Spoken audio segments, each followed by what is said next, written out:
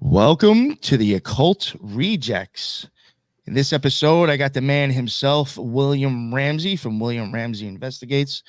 I'm pretty sure everybody who listens to this show already knows who this man is. But we got him coming back on for some my opinion, it's almost like high strangeness, weird true crime going on in Nashville. And I think with Riley Strain and either other cases besides that, just some weird stuff I think is going on over there.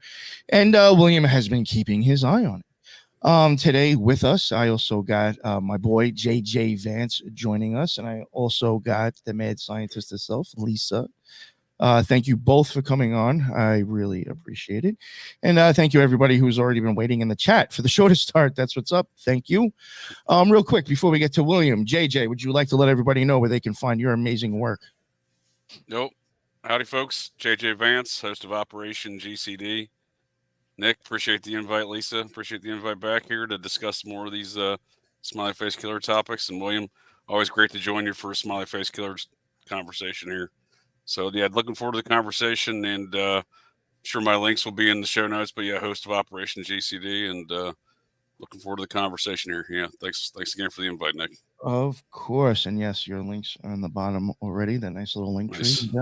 And, Lisa, you want to let everybody know where they can get in touch with you in case they have something to hit you up with? Sure. Twitter, at Solis Lisa, and on Instagram, Lisa Solis. Awesome. Thank you very much. And William, in case there's people who don't know who you are, which I find that hard to believe, can you please just let them know what's up and where they can find you?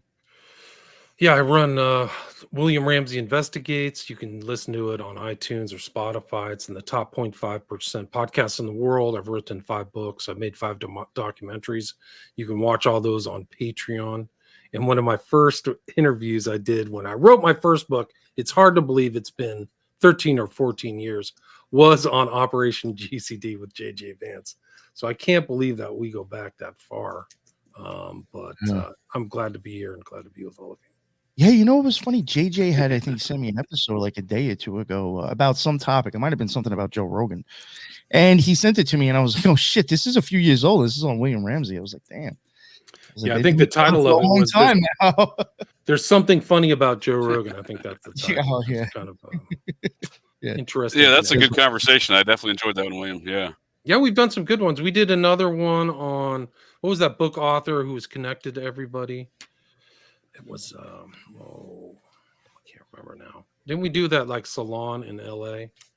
Was it Robert Heinlein, A Stranger in a Strange Land? I think we did Stranger in a Strange Land, but I'm thinking of the other one, the other guy. Now I gotta go back and double check. It was the guy who was like he collected all that stuff and he was friends with everybody. I'm cutting out here. Oh, that guy. No. No, I can't remember that one. Let's see. Well, maybe we'll come back to you in the middle of the episode. That happens to me a lot. I think we did the fake Apollo moon landings. Yeah. We did the fake Apollo moon landings, and then because you was under Validus. Yeah, that was a good one too, for sure. Yeah, I think that was the name you were under. Yeah, that's the Latin spelling of Vance. Yeah, so it's when you smart ass Forrest Ackerman, Forrest Ackerman mentality towards things. We did Forrest Ackerman. Remember that one? Yeah, Forrest Ackerman. That's a good conversation. I think he's an integral character. That was a good one too. Yeah, that was a good one. Arthur C. Clarke's The Sentinel. So we've done a number. I think you're on at least 5 of those shows back in the day. Very nice. Oh, real quick to mention for the people live, it is 420. So smoke them if you got them. And I guess we'll get into the show. William, I know you got a bunch of slides. I don't know if you want me to pull them up already, but if you want to get into kind of the topic that you want to present with these. Yeah, just a lot's been happening. If you want to pull up those Austin updates, there were 3 bodies found in Austin in the last, I think, 10 days or something like that. Or 11 days. And one is rumored, and they didn't show their names. They were not disclosing their names. Right. And I have kind of on site. It's actually kind of seems to be a cover up. Like I wrote on my social media, I think that the authorities are now covering up these cases, particularly in Nashville, Boston, where there's 2 bodies where they didn't disclose their names, and for certain Austin. And I was told this was the young man who passed away. His name was Eli Blau. And there's a very graphic picture, which I didn't include on these on these slides of his passing, which was very close to the city hall in Austin. And but they reported, and this is the interesting thing, is that there are people on site. It's unbelievable. People on site who took pictures, but they told what was reported in the media there was that he was a heart attack victim, but he was found without any clothing. He really was only in his underwear. And then the story changed to a gunshot wound, but the picture doesn't show a gunshot wound, and it doesn't show a gun in his hand or nearby. And so what happened? Like, what is going on? Why isn't this disclosed to the public? And because then you put that in conjunction with the fact that there was a poll in Austin where 75% of the people believe there's a serial killer. And then also the fact that the police are just shutting down their radio conversations. So they're going into encrypted conversations now. Why are they doing that? It's because people were listening to them going, like, there's a body found in Lady Bird Lake. So that was, I mean, intrepid journalists and some independent journalists, I know, Dash, are going to those sites because people are interested. Right. And actually, I think this guy Dash, I forgot his name offhand, but Jamie, thank you. He got retweeted by Elon Musk, and so he got a lot of insight. So Elon Musk really appreciated his work. I do too. I think he's great. So we always need more independent journalists, as far as I'm concerned. So he's really following a lot of these stories of encampments, the Lady Bird situation, a lot of homeless issues in Austin. But well, you know what's kind of weird, even with the Austin stuff. I mean, I know this is probably going to sound off the wall, but maybe it'll make more sense by the time people get to episode 4 in our series, and not to like kind of like, take some of Lisa's thunder here, but even things that I have seen, it's kind of interesting how some of these cases do kind of go back to Elon Musk, if you follow the rabbit hole. And how do you mean that? I don't know. It's just, certain things with like, the companies working on AI, or certain things that like are kind of into stuff that he's either using the companies for, or the property. Technically, the bodies might have actually been found on. It's just weird. Technically, when are you familiar with South by Southwest, Ramsey? Yes. The festival.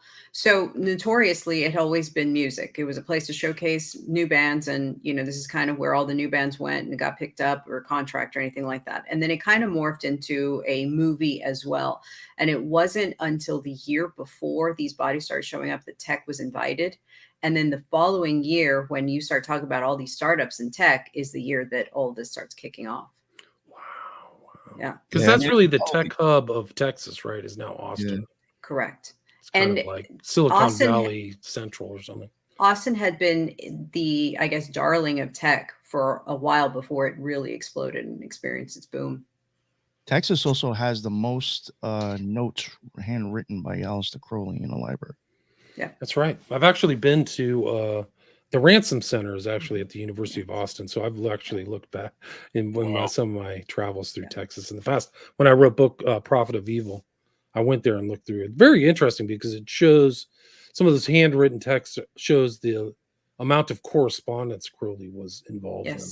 Like old pick. I mean, he was still connected to so many people in the occult world, and I think he, intentionally did all that.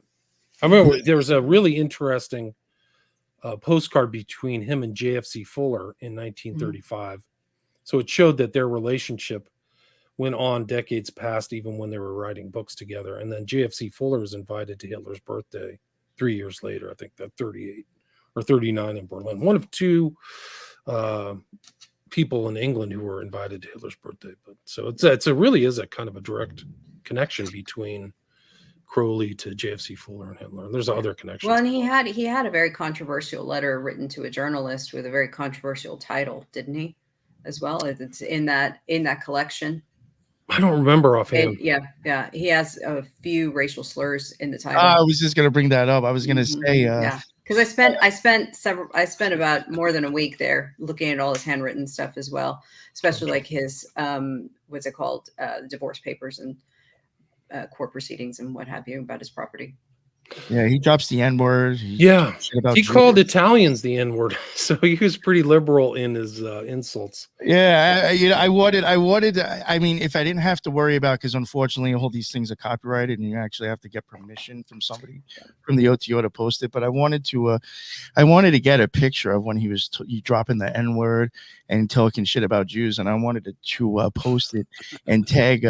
Who's that guy Marco that was busting your balls like a year? Oh yeah, Marco. I wanted it to be like, oh, we have Mark Visconti. Visconti. Yeah, Visconti and Lavenda were teaming up on me. Yeah. They tried to tag me as an anti-Semite. That was their kind of. Oh, that was the move, huh? How are you SJW is gonna fucking? How are you gonna fix this? This came, him, Marcos with trust the diaries. Here's his own handwriting, dropping the N-word and talking shit about Jews. Yeah.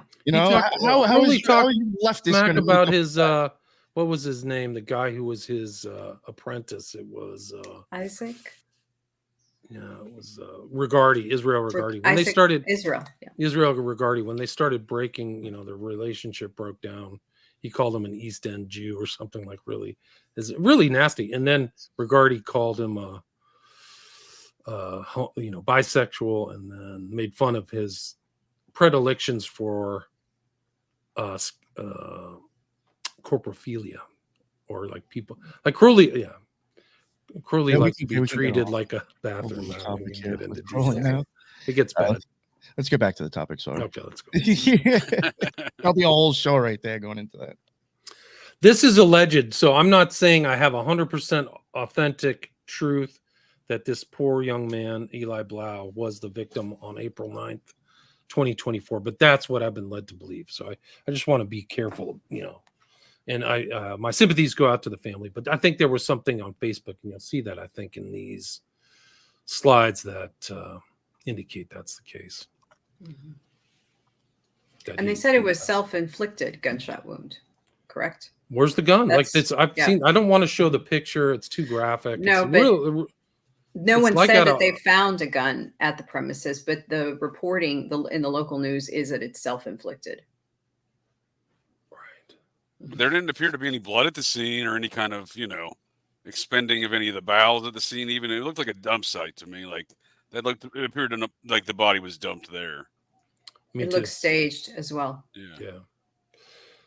It seems very strange for that to be a suicide. Like, why would somebody take off all their clothes and then go out there and commit that act? Especially no note, no indication. And one of these interesting things about these stories is that there's no background. Like, where's the background on these guys? Where was Eli Blau? Like, why don't they say, well, he worked on Saturday, then he went out, and then he disappeared? Like the other stories, we know a lot of details about Riley Strain, for example. But some of these are not, not the case. So, yeah, and he wasn't reported missing, correct? Like there was no missing persons report for this man. And this is from Anna. She says APD, or Austin Police Department, refuses to release info about the quote cardiac arrest unquote victim found on April 9th. So, and this is she's tagging like all the big wigs in Austin too. Like I think Kirk Watson is the current mayor, right? Yes, he is. KVUE, Angela Shen, CBS Austin. Is there any type of I actually meant to ask Lisa this when I had heard about it and forgot.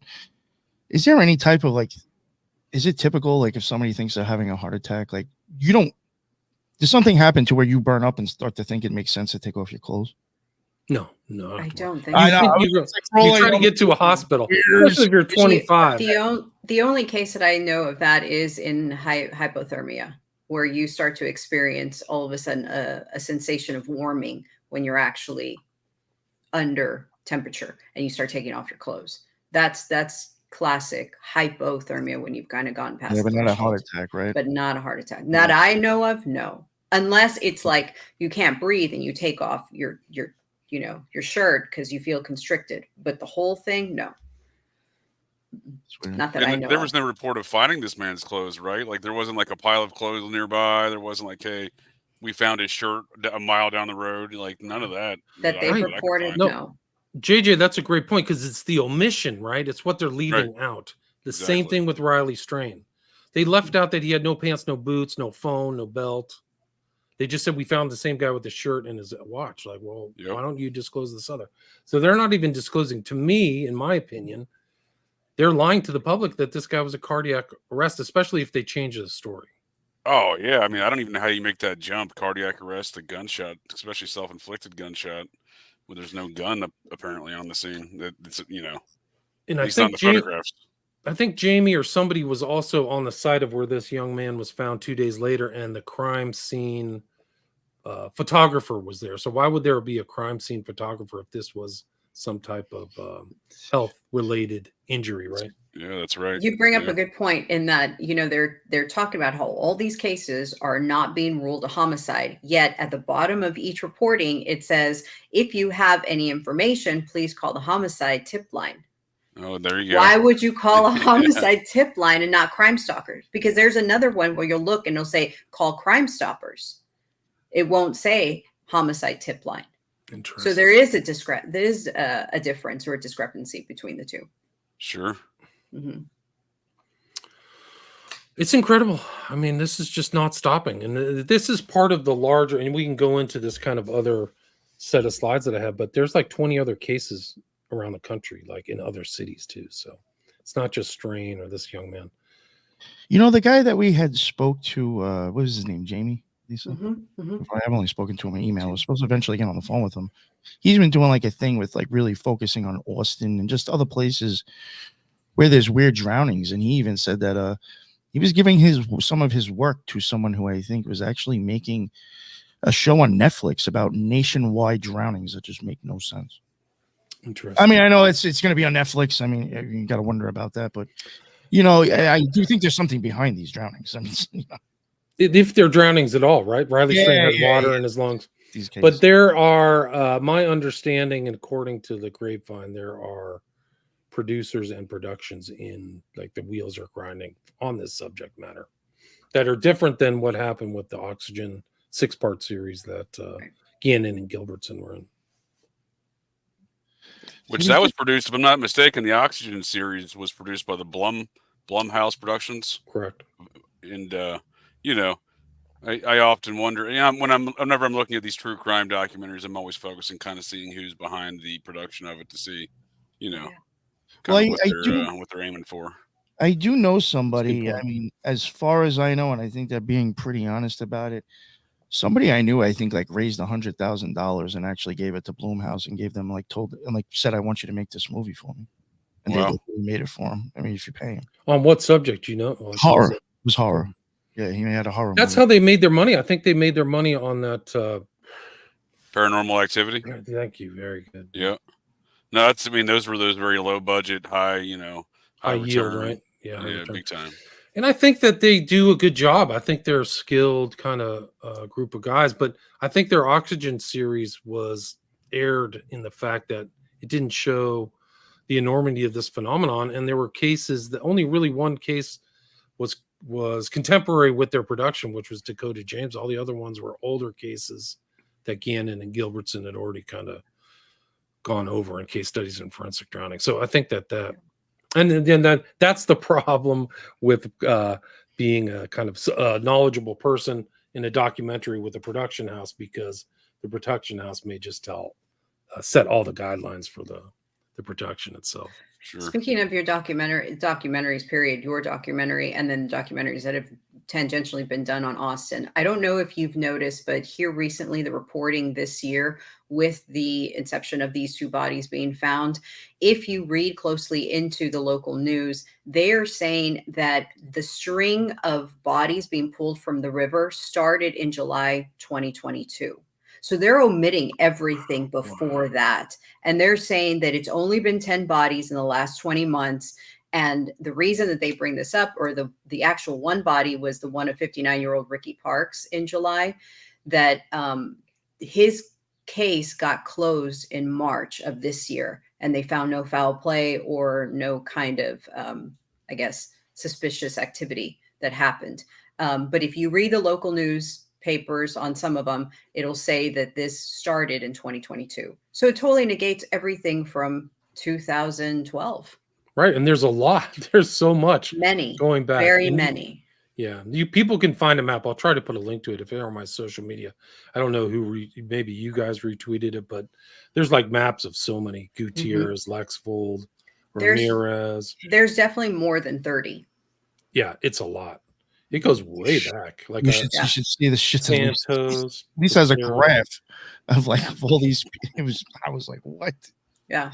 And that's just the identified ones, because there's so many unidentified ones that most of them I don't even think a full autopsy gets conducted. You know, it's funny when we went to go do our Smiley Face Killers series.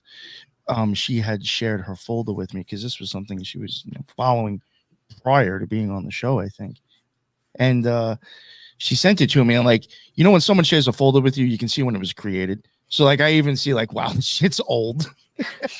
And I open it up. I don't know what's that one that's like on that green tab, and said it's not a document, but it's something else.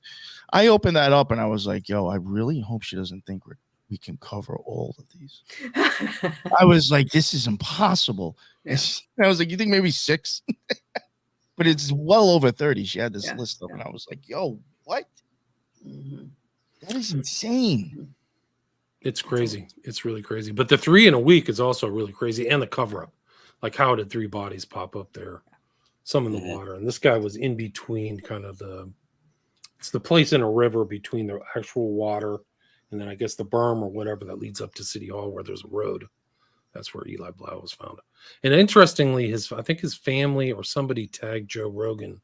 I guess this man enjoyed comedy, so he's in the comedy. Maybe somebody knows more about this guy. You could text me. I don't know, but then you talking about the kid that Christian Pugh? That's the one who it's on this. I think it's on this he went set of slides, but he's the one who survived. Yeah, he went to go see Tom Segura. So which is another comedy thing. That was weird. Yeah. Now, not to interrupt, but like, Lisa had mentioned this case, and there really wasn't enough on it. And plus, he didn't die. It might have been something we were going to include, but we didn't. But I did look into him a little bit, and there was like an interview that he did with like I think it was like a big show. I don't remember the name of it. And if you were to go and like look on YouTube for Christian Pugh and you find this interview, people are going to watch it and be like, something the hell is wrong. It wasn't, it just, the way that the guest was even laughing and joking about like the situation, it was just really weird. He even got the comedian to come on the show, and he's like, yeah, this kid was coming to see you and woke up 3 days later, like making joke. It was just really weird. I mean, Lisa even thought it was just, if you go watch this interview, they're like, something is off with this. I don't know what it is. Somebody tagged Tom Segura on one of my threads about this guy too. So that makes perfect sense that he had gone to the Segura show, this Eli Blau. I didn't know that. Yeah, definitely weird. Sorry to interrupt, but I just thought it's a very weird interview. This is the Christian Pugh. So people can go back and watch this. And these are his parents when they found his body. So 21-year-old, 2019. This is a survivor, like literally found. And then these are kind of some other ones. Chattanooga drowning recently. This is April 15th. Riley Strain said his drink tasted funny. Like, it's incredible that these cops can't go back to these bars and figure out the course of events. It's so crazy. Like, because it's not even really been identified which bar he got the drink at, right? Like, it's still kind of up in the air as far as which bar. They know which bar he went to, but they don't know which bar this weird tasting drink occurred. They say he was in 4 bars before he wrote. So Brian was the last bar. Do you think sometimes this is like, at some point, I do think some of these things may even, like, some of these cases, it may literally be like almost everybody's involved. But do you ever think that sometimes it's even just like the whole MO and the whole fact of like, we know the cops aren't about to spend the time to track down where this fucking drink came from? I mean, sometimes I do wonder, is it even the fact of like, you understand how cops just lack in investigating for certain things, and you just know they're never going to fucking try to find out about these drinks, until now, maybe until everybody in the country is talking about it, and it's like, fuck, now we may have to. But like, could it have been a thing that we just, cops don't care? It's almost, I hate to say, the same thing with hookers and prostitutes. Right. They're not going to look into them that much. I think with the case, time and money. in the case with Austin, the bar scene, 6th Street and Rainy Street, is the bread and butter of Austin on a continuous basis outside of the festivals. And so a lot of, from what I've understood, is that if you were security or you got hired during one of these festivals, you make a lot of money as a security officer or police officer. That's what the word is. And some of those police officers work as security officers or security guards, so it overlaps. Correct. So some of these people investigating these crimes may be in on the Rainy Street gravy train. That's what I to look the other way. Yeah. That was, I thought, was interesting when I did come across some of these people that I think I covered from Austin that were involved in companies and employed ex-cops or cops of military. Because it's like some of those people are also security in bars and clubs. You know, so it's just like, damn, like, is it someone like everywhere with that whole scene? And another thing too, even with Austin, Texas, and I do think with some of the places that JJ had looked into, I do think those towns or those cities are very much, I hate to say it, dependent on all those bars and that entertainment to bring in a fuck ton of money to those areas. Yeah. Unfortunately, I Nashville think for it's just sure, like, right? if we started cracking all these things down, we'd be screwed ourselves out of money. Yep. It's almost like, you know, it's like a like beast of a machine. It's like, now what do you do with this? It's interesting you say that, Nick, because I included a quote from Jaws, even though it's fiction. But if you remember Mayor Vaughn, he was always like trying to play down the threat of the shark in the water. And I think Sure. that dynamic is happening in all these cases too. They're playing down the threat of a human shark or human sharks in nighttime. And I think it's in this it's in these slides if you kind of move forward a little bit. All right, it's an interesting quote. And it comes from, I have to give Derek Gilbert Peering Into Darkness credit for that, because he was the one who put that. Sometimes I forget mentioning his name. So this is Brian Enton, who's actually done, I have to give him credit because I really kind of say not nice things to journalists, but I think Brian Enton's doing a really good job. So he's still on the case. He hasn't given up. He actually has gone and talked to the family after it supposedly got solved. You know, they tried to wash his hands. So kudos to him, Brian Enton. People check it out. I think he does a lot of really good. I love how you're blatantly honest with other journalists and reporters. I do find that very interesting on Twitter. I do think it's funny watching his tweets sometimes. I'm not nice to certain people. Yeah, Coffin, Daffer, and Brown. Or you know, she's terrible. That's one thing I had to give you credit for, Ramsey, and it's probably why I still fuck with you so much. Is that I don't think you've kind of been very. I think you don't hide your opinions, and I do think that's something too. No matter who it is, I've seen you. I mean, some people would never say anything about Joe Rogan, and you have, you know, just little opinions like that. That's impressive. I think you've been kind of authentic to yourself. I appreciate that. Yeah. I think when I started, it was kind of like, damn the torpedoes. It just was going to be. I mean, I think it's because it like what led up to me writing books and doing this stuff is like screaming at the TV or like, aren't you guys going to look more into this? And so then it kind of made me what I was as a researcher or journalist or whatever. Is like I'm just going to look at it through my lens. I don't have a financial thing. I'm not part of a larger organization. I answer to myself, my own conscience, me thinking. So no, I've noticed that actually. It's like he's pretty much remained his own person. It's impressive. And that's why I self-published my own book. There's no other, I mean, I'm responsible for them. Like, so all the information, all the, faults and everything are mine. And then I think people appreciate that because it's not like I'm writing my books because the publishing house wants to make $1 million off it or whatever. Well, yeah, they're telling you, where's that book, William? Right. I never had that pressure. Do this in 3 weeks. Damn it. Right. Or like, you better put something out, or we gave you $10,000 up front, get to work. Oh yeah. We want half a book in 6 weeks, please. Some shit like that. But it is interesting that this is Jim Smith, Drowning Victims. But and Grifter Hunter's doing a really interesting researcher if you follow him on X. But there was a psychic who said she had the name of Garth Brooks come through her mind, and then she freaked out and deleted her Riley Strain video. I forgot what her name was, but anyway, that's a side story. Yeah. So this is other cases. Aaron Thomas Pigeon, William Bernier. So some of these cases I don't even have.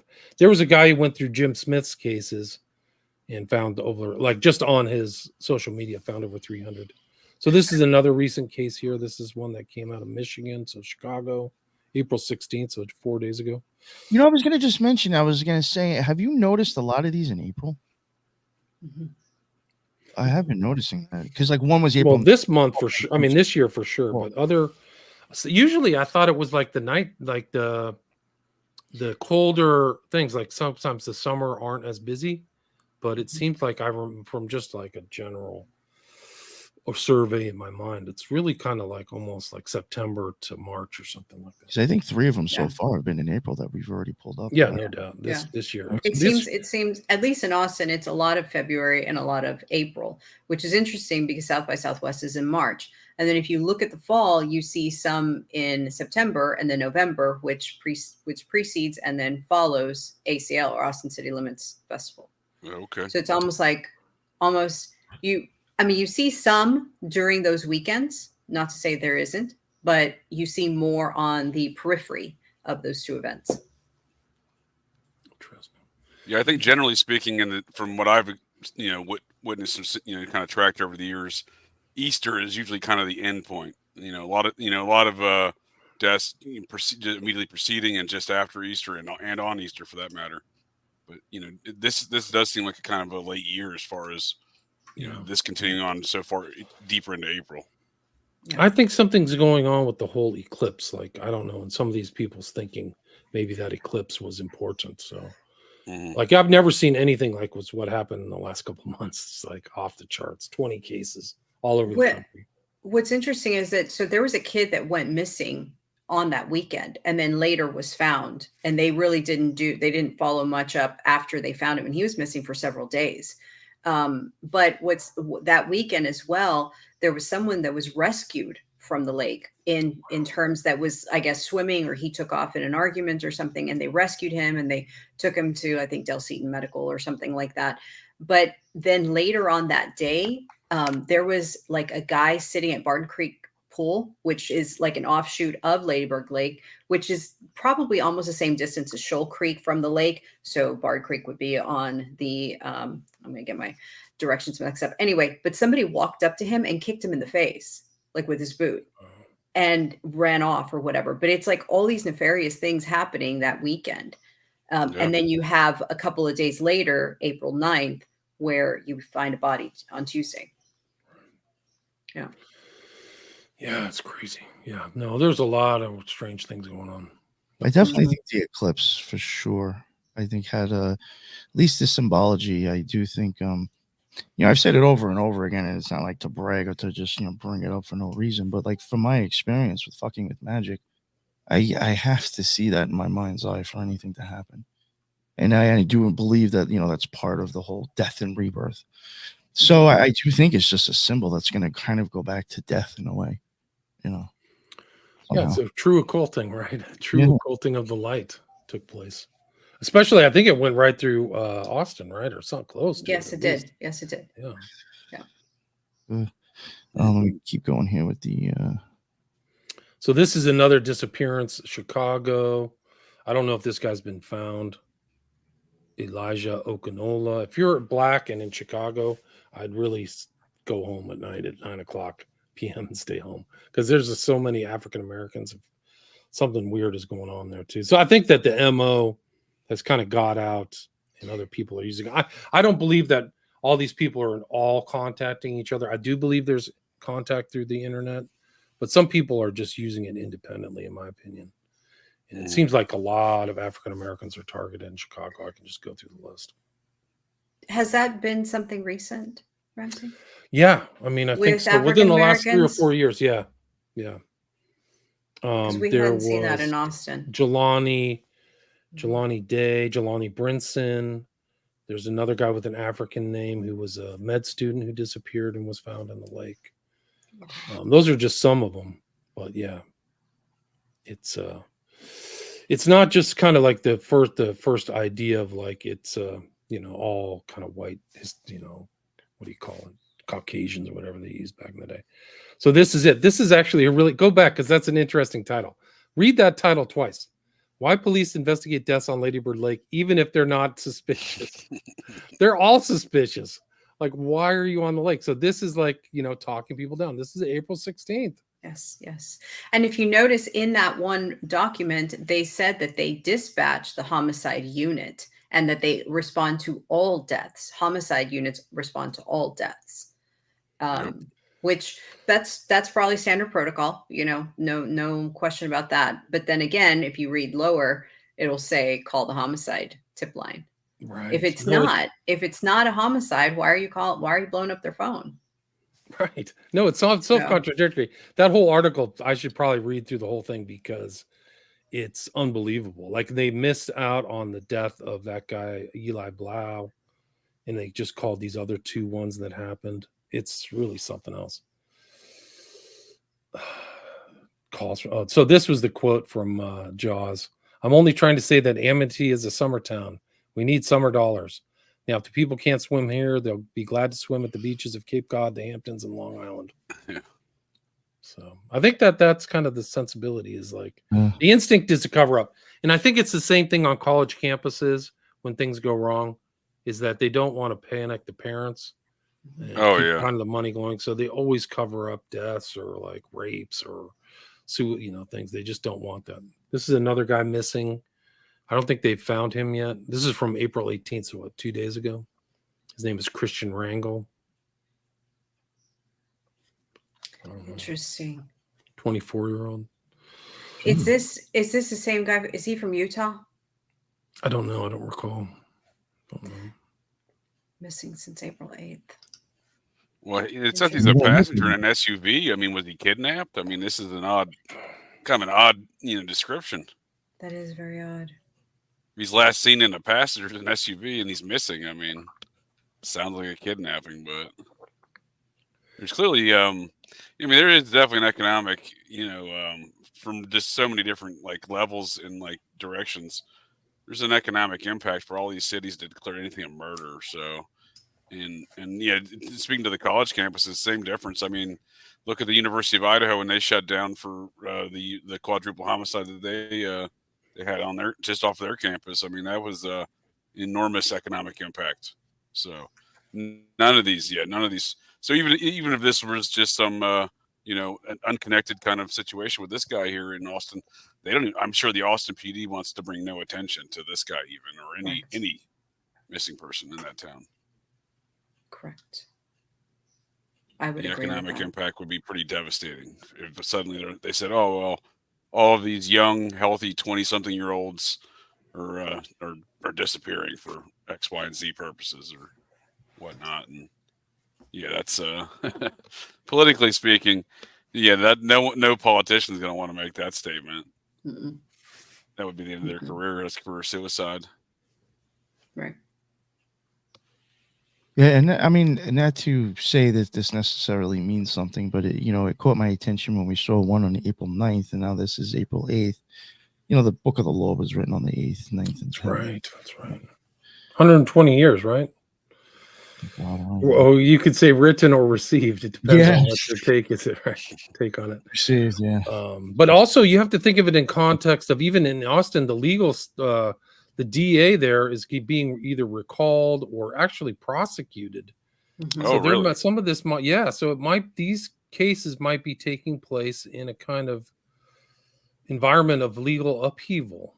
And whether that has something to do with this or why they may politicize these cases. It may not just be an economic impact, but like, hey guys, if there's something happening here, they're going to look on, blue cities or Democrats as allowing this or looking bad. So let's just cover it up. Maybe it's something. What's the guy's name? Is it Garza? Garza in Austin that they're trying to recall? No. I can't remember now. That's certainly plausible. Yeah. I mean, that's certainly a plausible scenario, politically speaking. Yeah, it's Garza. His name is Garza. They just did a thing that was, they did their illegal release of confidential records violation. This is from yesterday. Jose Garza. That's right. That's right. Jose Jose Garza. Yeah. I think there's some kind of recall effort or. And District apparently, Judge Dib Waldrop accepts a petition to remove Jose Garza from office and appoints Bell County Attorney Jim Nichols as special prosecuting attorney to litigate Garza's removal trial. This action is being brought under the Texas's rogue prosecutor law. So if he's not, and this is yesterday, so if he's not really doing his job of like maintaining the police, I don't know, or maybe there's just not a positive relationship between the DA and the police. Usually, I mean, in these cities, yeah. I think that's this kind of standard situation these days. Yeah. Especially when you start reappropriating money. Because they never really defunded the police. It was all a horse and pony show. They ended up getting more money. All they did was just not. I think the classes they were supposed to, for a new academy, that didn't happen. And a lot of the street cops either promoted or left or took early retirement. But yeah, there was reappropriating of money. I think EMS and fire ended up getting some of them siphoned over to PD or something. So here's another death in Chicago on the 16th, found in North Lake Shore. Wow. Unidentified adult male recovered, pronounced on scene. Detectives conducting a death investigation. So it's just another crazy, This is another one. This is boil water. This is from March 19th, 2024, Highland Park. I think that's Rochester, New York. Somebody's found in a reservoir. At least that's March. All right, that's the end of those slides. Can we pull up the other ones? Yeah, if you want to. Yeah. Go for it. Let's go for it. Love it. This is the Corpus Christi cases. So Bradley Brooks, 2019, 38-year-old Jesse Albert Garcia, 2023. Ivy Joe Gutierrez, February 22, 2022. So this is in the context of the Corpus Christi cases. I forgot the guy's kid's name now. It's Hey, Caleb Harris. Caleb Harris, thank you. Caleb Harris. I do have it somewhere. Caleb Harris. So it's just a lot. Just so many cases. Houston had a whole bunch of cases. Within the last couple of years. San Antonio had one. I think they found him in the City Walk, which is kind of a very well kind of known area. So the Riverwalk, yeah. Yeah, Riverwalk. Thank you. Mm-hmm. He drowned in the Riverwalk. That's like 3 feet of water. Right, exactly. It's syrupy. He was found in the Riverwalk. I was going to say that's might be James, actually. You've been there, JJ? You've seen the thickness of that water? It looks gross. Is it really? It's thick? It looks syrupy. Oh, yeah. Yeah. It's not good looking water to go swim in now. This is him. This is for Caleb Harris. Still missing. Still hasn't been found. Late night. He was supposed to go. His social media showed he was going out to meet somebody, supposedly for fishing. I don't know. Kind of sketchy. Disappeared March 4th, 2024. $50,000 reward. No money missing. Like all these standard cases, the money isn't touched. So it doesn't have to do with finances, which I think is telling, which takes somebody kind of out of my pool. Like once somebody gets their money taken from an ATM, they're no longer in my kind of, study zone or whatever. Yeah. Mm-hmm. To my point, because I have to support my theory. To my point about the whole tech thing, Elon is building his battery factory in Robstown, which is not that far from Texas A&M Corpus Christi.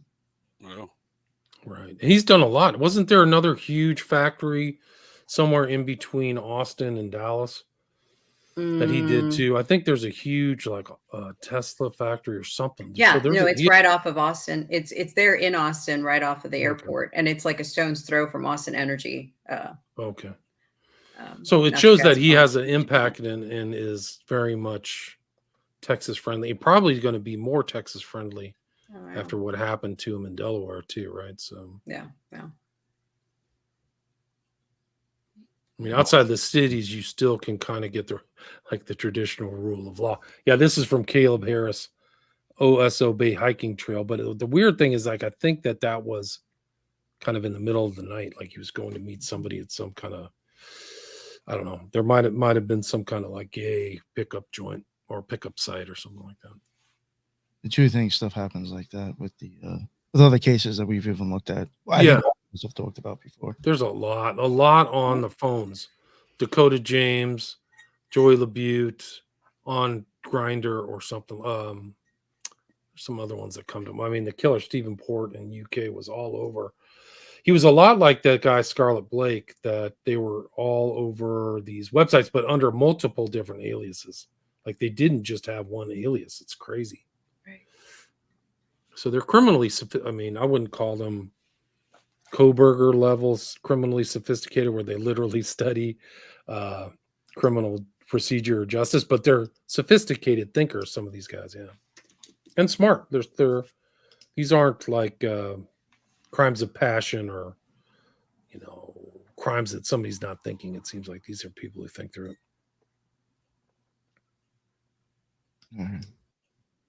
That post seemed to have a lot of activity to it, right? I mean, it's like Nick, if you can go back real quick, I apologize. Yeah, that was from Jim Smith, so that's Smiley. Yeah, I mean, this post right here with the 445 looks like shares, maybe. Or is that a Reddit right, post? Yeah. I think that's right. Yeah. So I mean, in theory, the law enforcement should be looking to see who's accessing this post, right? You know what I mean? They should have done that for Joey LaBute and Dakota James. Yeah. What are they doing online? Same thing with Riley Strain. He's online doing something. Right. Something, right? Something. People are hearing something. And my understanding is, like, the last person who heard something, the person who said he's just drunk, came out of his phone. It wasn't somebody who was with him, right? Right. So like, Right. Oh yeah, he's drunk. Well, who is that person? Like, who's on his phone? Who's he texting or who's he streaming with? Like, that would be key. And yeah, it's interesting. So it's 445. M4A has some kind of like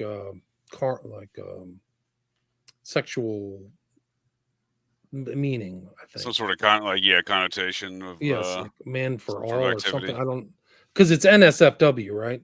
So he's Right. on this not safe for work. He's not thinking about like we're going to go out and go bird watching, right? Right. Yeah, I wonder what the M is male and the 4, and then the A is for some sort Male of, for all. I don't know. yeah. Well, there you go. Yeah, some sort of I think it's something else, but It's yeah. Oh, okay, maybe. I don't know. Oh yeah, maybe it's male. Well, it seems like this missing man's family might be inclined to believe that like something nefarious has gone on with their loved one, because a $50,000 reward, that's a fairly substantially sized reward in these cases. Yeah, no, it's a lot. It seems unique, at least. The rewards don't typically get that high. It's true. They don't. You're right. Something I did just look up real quick. I was just wondering, because like even with Texas and even Austin, I know we're not like on Austin, but I was like wondering just like, some of the gematria behind it. And I did look up Texas. I thought kind of interesting some of the things that they do that it did match. With Texas, just putting that in, some of the matches in Hebrew, it does match stonemason and magic square. I kind of found that interesting, but like even when you go now into English, which should probably make more sense because it is in English, you will get eclipse. It matches eclipse. It does match knight with a K. It matches archangel, and I just found that really interesting. Actually, that Texas matches eclipse. Lion, a black hole. Texas matches as well. And then when I looked up Austin, in Hebrew, it matches Antichrist, Pornhub, and Burger King. What's funny is that Texas can't access Pornhub anymore. Remember? Right? That whole thing. That's funny. Yeah. Wow. I have heard that there's a lot of criminality associated with Grindr. There's a lot of rolling, like, people who may not even necessarily be gay, but they get to beat them up and take their stuff and stuff like that. Like if they're older, like I heard that at least in LA, that's much more common. It never gets reported. It stays out. So it would be kind of semi-consistent if there was even darker stuff involved, and targeting too, right? So they're targeting somebody they have seen online, so it's not as random possibly as it's perceived. Researchers like me, like somebody goes, oh, that's the guy I'm going to do this to, whatever, and I'm going to have a fake name. Like that's what Stephen Port did. Oh, and real quick, because this stuff kind of made me think of Slick Dissident, who's in the chat now. When I was looking at the simple in English for Austin, it does match. It matches Apophis, it matches Pluto, it matches Arizona, it matches Vampire, and there was something else too. It did match, in my opinion, a lot of things I could do with Red Rose, Arkansas. It did match other things I think would go along with like Death and the Eclipse and the Beast is matching Austin, in my opinion. So I just found that interesting. How like we're talking about deaths, and I see it in the numerical value. I mean, even a lot of the numbers I actually thought was really weird. Oh, that was one of the things too. Austin equals 84, and I'm always saying the 8 and 4s is something up with that. In simple, and then even in Hebrew, it matches 440. So you're getting double 4s there. And then Texas itself, totally forgot to mention that equals 69 in simple. So I mean, now you got the capstone and Cancer and Death for the Scottish Rite arc, the pillars in the arch. It has the 69 at the capstone. It's going to equal Death, and I mean, we're constantly hearing about Cancer now too. Which is interesting you bring that up, because remember we looked at the Masons, and I was looking at Texas, in that they have it, and somebody in the chat had also mentioned that they have a museum, huge museum in Waco on the whole Mason thing. I mean, it's like one of the largest, very well known. Mm-hmm. I honestly do think some of this stuff has something to do with. I do think we're going to start seeing shit about Cancer. I really do think they're going to start pushing that hard. I really do think it has something to do with occult symbolism. And that's why we keep on saying stuff about prions is going to start popping up as a hot topic because of Cancer. Oh boy. I do really, I hate to say it, I'm not trying to do no doom and gloom, but I do think that's next. Mm-hmm. And I think it all has to do with the occult symbolism that's going around since like COVID. And I think it's all one long connection rising up and showing symbolism of death. It sounds creepy, but that's my opinion. All right, we'll move on after I got all depressing sounding. This is just like pics of like where Caleb Harris was, creeks and things. He just fully disappeared. Like he's vanished, much like these other ones. This is mentioning you. Just watch your 2-week-old live stream with Occult Rejects where you were always praying, and then they brought up Matej Paris, 21-year-old Croatian man. So this is another international case. Disappeared, nightclub, ran around, found in water. I don't remember what date that was. So it's like the international. April 3rd. Yeah. Oh, was that this year? Okay. But that's the whole thing, is like, once I came out with this stuff, everybody, I get so many great emails and texts, like people, have you seen this case? And no, I don't know some of these. Like, so this is a perfect example of not knowing, I don't know all these other languages. So somebody who knows Croatian or whatever this was, Serbian, it's the same thing. I think it's Serbia, but somebody knows this MO in Serbia. Oh, wow. And he fits the same. If you look at a picture of this guy, he looks like all the other. Oh, I think there's probably much more gruesome shit going on in countries over there in that area. Yeah. Like, I hate to say it, like stuff like Hostel is like, that's real. I think it is. It's not fake. Oh, shit like that goes on. So I mean, they have plenty of other ways to make money off of torturing and killing people. Well, it says here this fellow's a water polo player. I mean, you definitely. I mean, that's definitely fitting right. Yeah, right within that MO. That's not a person you'd expect to drown. That's like a triathlete of the swimming pool. I mean, they're out there just paddling. You could probably cross those rivers like 80 times. Yeah, just bored. Those water polo players are fantastic. Yeah, it's crazy, and they're used to swimming in water. No body fat. They burn like 5,000 calories a game or something. Oh, easily, yeah, sure.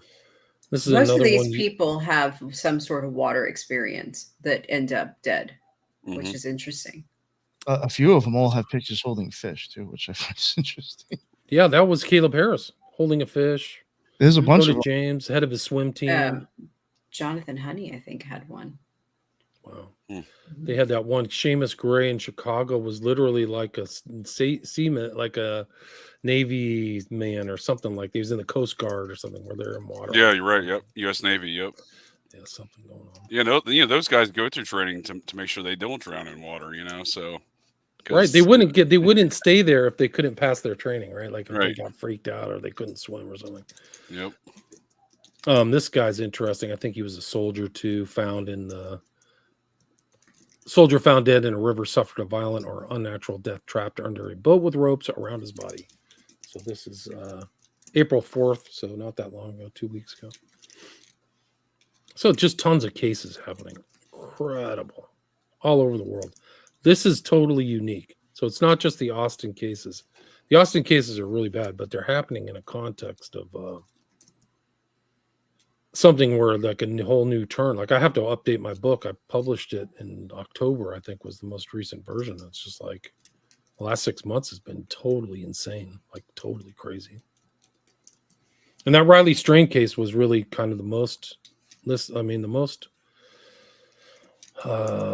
media and social media case of these types that I've ever seen. So just incredible.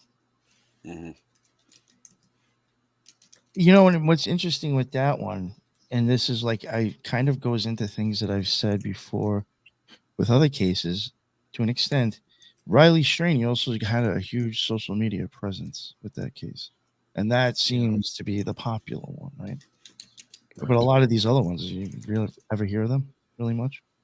Mm-hmm. You know what I'm saying? It's just but they're not as internet. Something about Riley Strange is it was nationwide. I think there was nationwide for some reason. Yeah. But some of these other cases, the locality are following them, but they may not have that like the Riley Strain case. There was reports for him in like the Independent in the UK. So all these people were keeping an eye on it.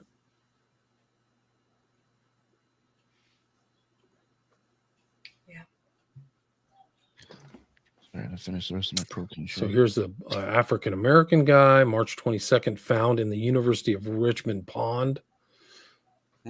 Super suspicious. I think he was from the Caribbean too. So like typically if you're living in the Caribbean, you know how to swim because you're in water basically all the time or often. Mm-hmm. Yeah. His name, I forgot his name. Christopher Elvin. It's same old story. Prior police say it appears that no foul play. So it's always the same kind of baloney story. It appears there's no foul play, and his death was not a suicide. Okay, whatever.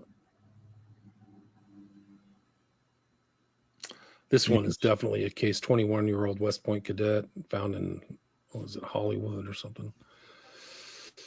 Haven Morris, 21. He was Do on not suspect foul play. There's actually a lot of military veterans. I mean, he's not quite a military veteran yet, but I mean, there's a lot of veterans and service academy victims. A number of them.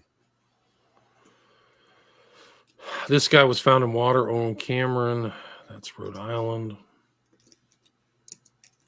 I mean, it's just crazy. So many.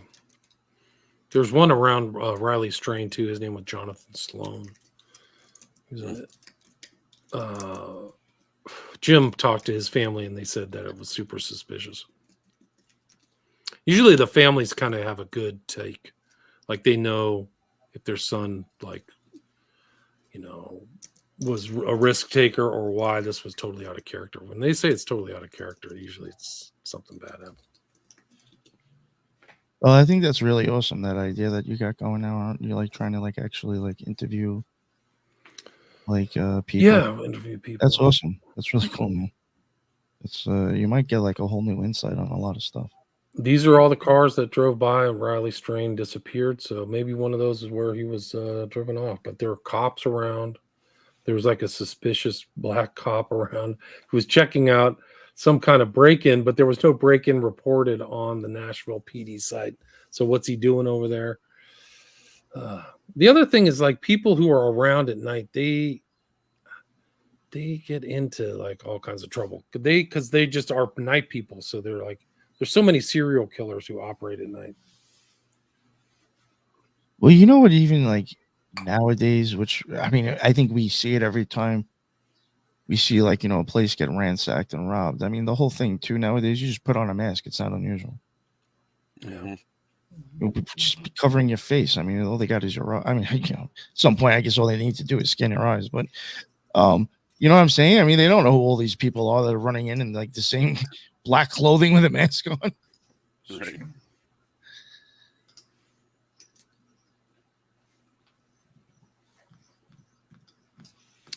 This is after Riley Strain was found, and they found out no pants, boots, or wallet. I found this guy interesting, honestly. Dingman, his name is Yeah, Dingman, not to be too much of a conspiracy theorist, but like I already think the case is shady to begin with. It's just something I don't know why they needed like a liaison. Dude, there are shady things all over this case. Yeah, and that whole. Well, yeah. Now it's Shady been released behavior that of the sorority, the fraternity brothers didn't. They waited 14 hours after they identified that he was missing to even notify anybody. Yeah, it's all weird. Now this guy right here on the screen, though, that's like a liaison, right? He's not the PI, Yeah. but the family hired a PI in addition to this fellow. Yeah, he's a family friend. Right. Well, but it is interesting to see that the law enforcement authorities in Nashville took such a hard stance early on, saying we're not going to investigate any further. Meanwhile, the family's got a PI. You know, they're releasing all these statements about potentially being drugged. You know, so this is a very unique dynamic. I don't think any other SFK victims cases played out in anything relatively close to this manner that this Riley Strain case has, and it continues to, because I continue to follow folks like Brian Enton to see what they're highlighting of what the family's saying, because it's interesting to me that the family's really pushing it here, pushing the envelope, and they should be.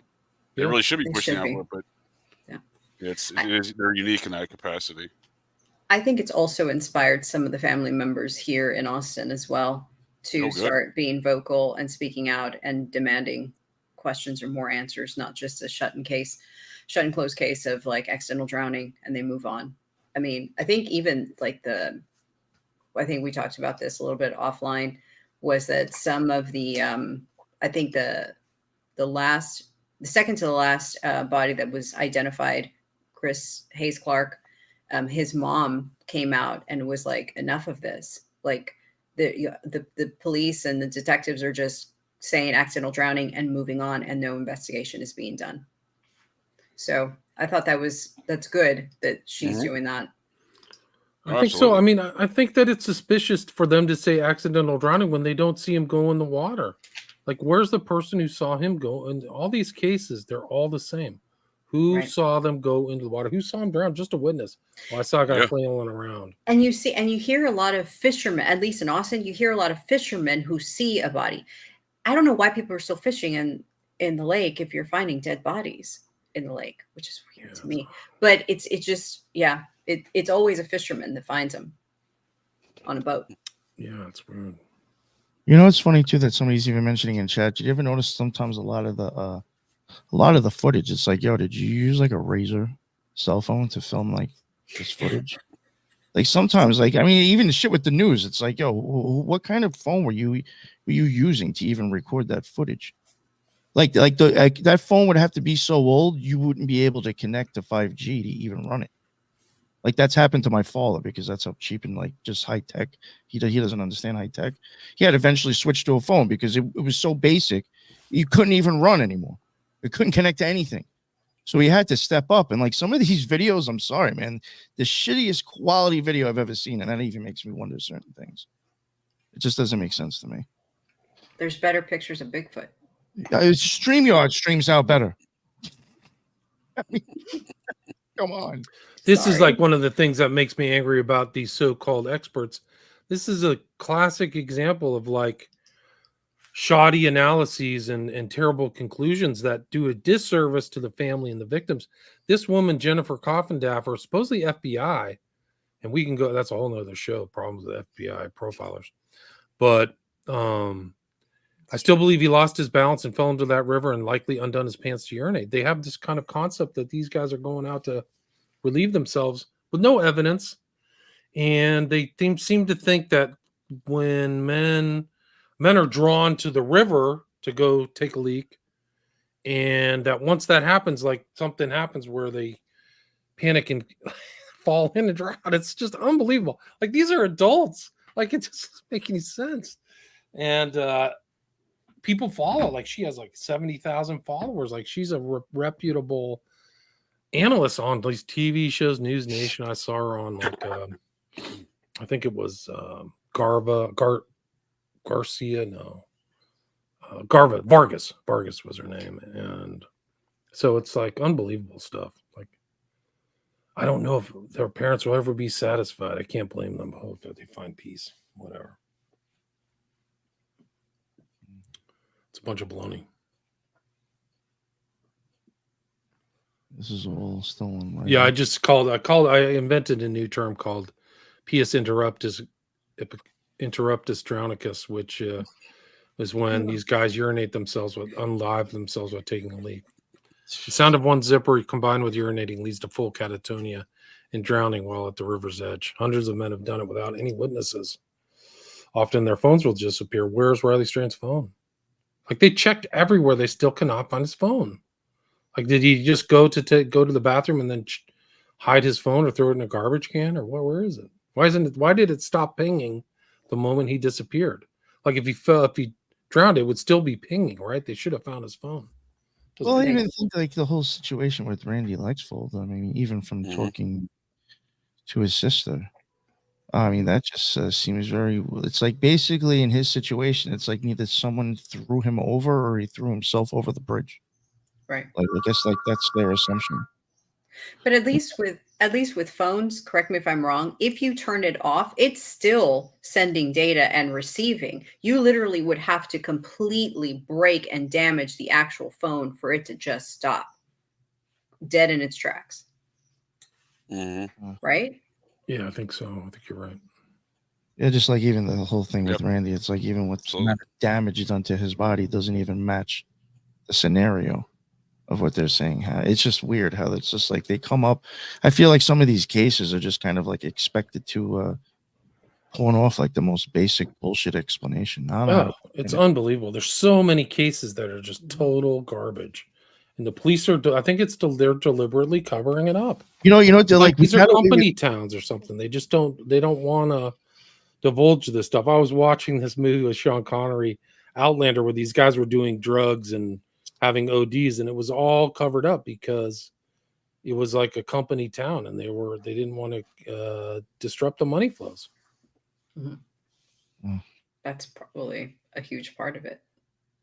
I think once they're like, everybody fell for COVID, we could just give them any bullshit now and they'll believe it. Yeah. I hate to say, I think the news realizes that too. I think that's also some sort of clue that is yet to be, I guess, teased out, is the fact that it took a break from Christian Pugh in 2019, and then it did not resume till 2022. Right? That is interesting, yeah. That even COVID stopped the traffic of whatever was happening.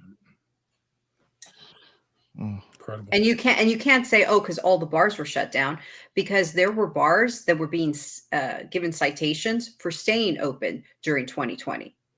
Yeah, we'll have to say from my experience, and I think other people could probably even agree that, I mean, it was a very horrible, fucked up situation, but there were places that if you weren't in a major city, it really didn't actually affect some people.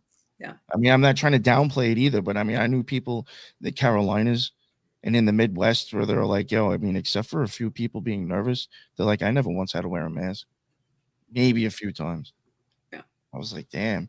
So, I mean, I do find it interesting how if it did stop, there was, my opinion, places where you could still pull off these things and not look weird. I don't know. One thing I did find interesting thinking about that is from my experience too. Now, I don't know how it was for other places, but I have had some theories where I do think that part of, I guess, the organized crime, because I'm not saying it's necessarily occult crimes when I bring in certain organizations. I think it could be maybe more of just be these are organized crimes of foot soldiers for other people. But if anything was being involved with the Masons and the Lions Club and the Rotary Club, I know for a fact the OTO, and I do think the Freemasons, they were closed down for actually a long fucking time and sided with the CDC. So I could see almost that same period of time break for them, not really doing much and just staying on Zoom, and the lodges being closed with the break in time as well. I know that sounds like very out there, but it does kind of almost correlate and match. Because the OTO was probably at least closed for like a year, and then at that point, I think you had to be vaccinated for a while to even get in. Wow. And other places, the Masons were like that to an extent too, from what I was told. So I mean, they were closed down for a bit. I found it interesting how like none of y'all had to like close. How are you paying rent? I mean, did all of your members still continue to give you lodge dues even though you're not open? I know a lot of people who weren't doing that with the OTO. So I can't imagine they were actually getting enough from their members to keep paying rent. I don't buy that. I will say this, that at least in Austin, a majority of the conservative-based businesses remained open, and the liberal ones did not. I don't know if that means anything, but there's that thought. Yeah, this is just one of those weird correlations I did notice. Guys, I've got about 15 minutes. So okay. I got anything else? I mean, we can go through these slides if you want, just to show that Austin isn't happening kind of in a vacuum. It's happening. Sure. Homeless people, Riley Strain updates. People are still asking questions. Woman Kelly Avellino, to her credit. Let's see what else is there. This is a good point, Jennifer Kearns.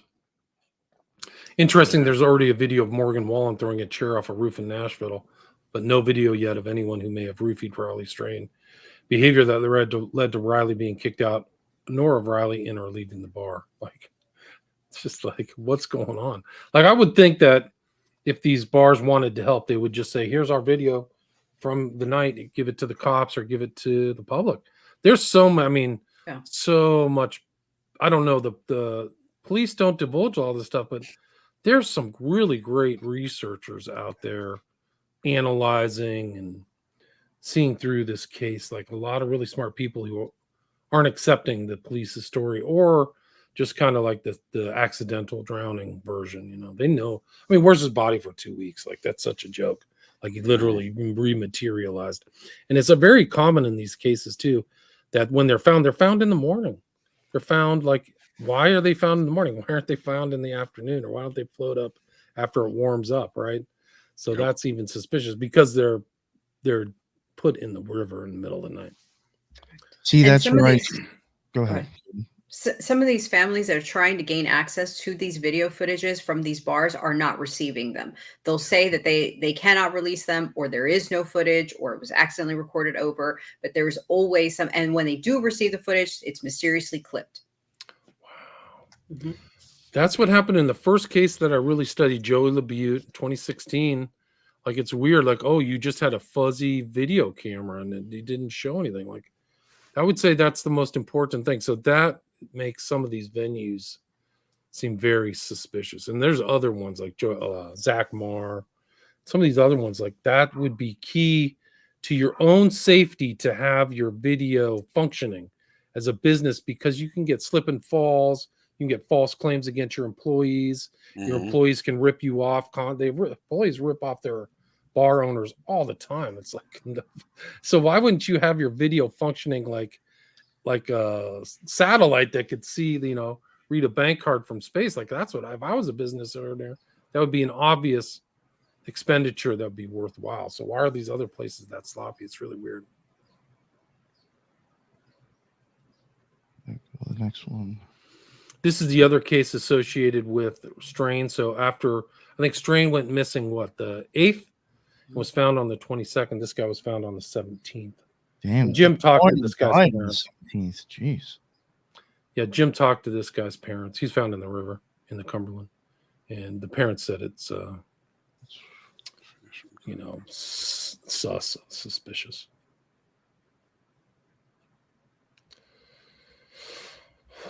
Riley Strain again. Family says PD lying and both connected. I'm not surprised. Hmm. This is another one. This is a guy in Bristol, UK, another hotspot. Missing. I don't think they found his body yet. Missing in the early hours. Yeah, you're not safe, guys, walking around in the middle of the night alone. That's the whole thing. Like, you read these serial, like John Wayne Gacy. Like, when I watched that documentary, the comedian, the Candyman and the Clown, like, they're going out at night. Like, Gacy's starting to motivate at midnight. That's when he gets up. It's also interesting. It's like the same guy, the most prolific rapist in the UK who got busted was a guy by the name of Reynard Sinaga. Mild mannered, didn't look threatening at all, but that's when he got started, was at 2 a.m. when the bars were closing, right? That's when he would go out and find people and bring them home and drug them and rape them. And he was gay, and he went to a church, like a woke church, but he liked to find straight men. Like, that was his target. Like, he wasn't trying to abuse fellow homosexuals. That's the same guy. So it's the same kind of story. He's out. It's 3:24 a.m. He's out on CCTV and then disappears as he goes away out of CCTV. All these stories are all the same. Mm-hmm. So that's the whole. I've talked to a guy, Igor Sarsky. I don't know if you guys know him, but he speculated they know where the CCTV cameras are before they go out, because you can see them online in the UK. You can actually go to see where the CCTV cameras are. So you just kind of wait outside of the CCTV camera range. You don't have to be Einstein to figure that out. Yeah. Another lost parents, the same story. Where's his lost phone? Same story, right? There we go again. When you study these enough, like, that's how you can tell. That's how you can tell they're going to be found in the water. Where's their phone? Like, the phone is something tangible. Like, It's so strange. It's another one. Greg Shelton, Dunworthy, Georgia. This year, they had 2 in Georgia, Charleston, back to back, like 2 days apart. It's so crazy. Like, it's really carnage. It's that bad. This is the story. St. James Island and kind of pretty. Charleston, Georgia, is my understanding, is a pretty sleepy town. I could be wrong, but to have 2 bodies show up in the river on the same kind of week is crazy. Zachary Lewis.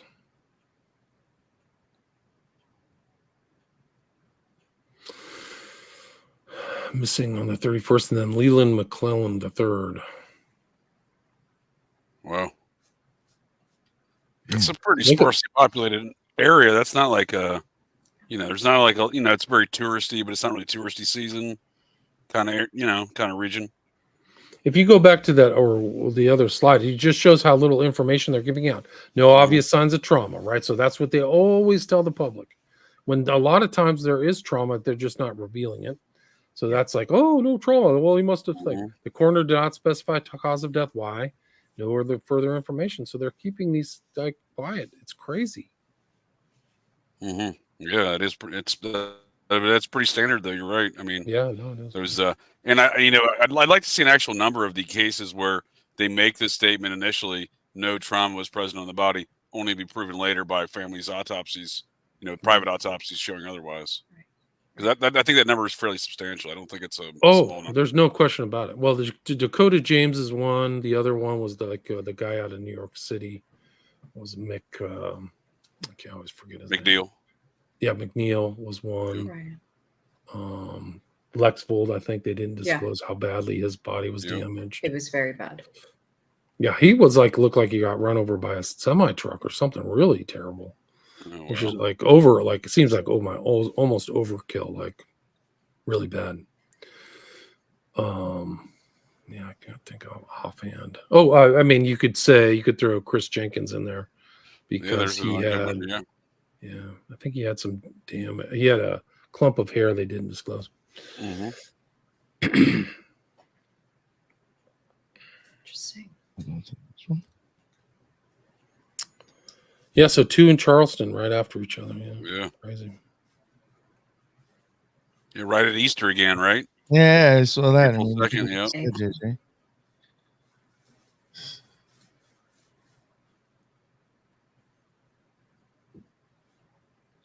See, I mean, again, not to keep pushing the whole like Mason thing, but like when it comes to water, if there's a Rotary Club, they have boats. Mm-hmm. So, I mean, it's so convenient, I think, too, with bodies and water. Mm-hmm. You can dump the person whenever you want. Yep, nobody would question. That's why I say I do think it's shady as shit that the Rotary Club is what sans Gilgo Beach. Mm-hmm. This is New York. 2 bodies found dead at Breezy Point, and they only disclosed one name, Colin Marma, and then the other one I couldn't even figure out. They said they found 2 bodies 2 days apart, just like Charleston, right? And this is what, April 5th. It's so crazy.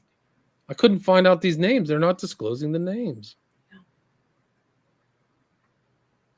That is weird, right? Yeah. Mm-hmm. When did they say Joe Johnson accidentally drowned and was found so and so? Well, like we talked off air, is that the recent body that was found in Austin on the 13th, they're still reporting victim was possibly a man. It's just so wild. Yeah. It's not possible that was. You cannot accept this, guys. You can't accept these kind of stories. It wasn't both of them together, right? Definitely, for sure, right? Yeah. I'm thinking maybe the article was like saying the mother and the son died, but I don't know. No, it was 2 young men, but they didn't disclose the other name, I don't think. Yeah, why not? Why'd he even bring it up, I guess? Yeah. Rockaway Beach. Found in the morning. Why is he found at 9 a.m. again? You know? Yep. Rockaway. That's interesting. That's like in Queens. Yeah. I think I might have heard about that on the meet.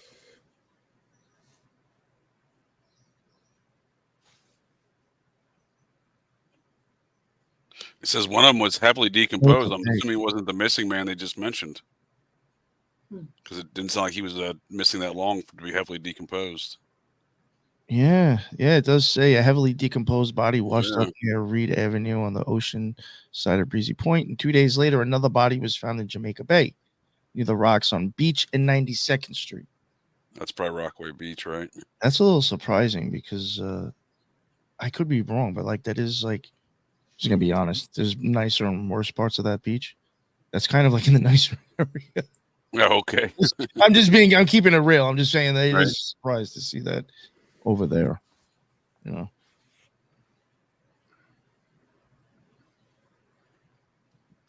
Go on to the next one. Oh, Mr. Ramsey. Yeah, this was the Sloan Bella story. This was the psychic. Somebody sent me this. P. Diddy, a truth came out of it. She was on a roll last night. Some lady accused her of not the bar owner. Yeah, she mentioned. I think it's in the next slide. Whose name it was.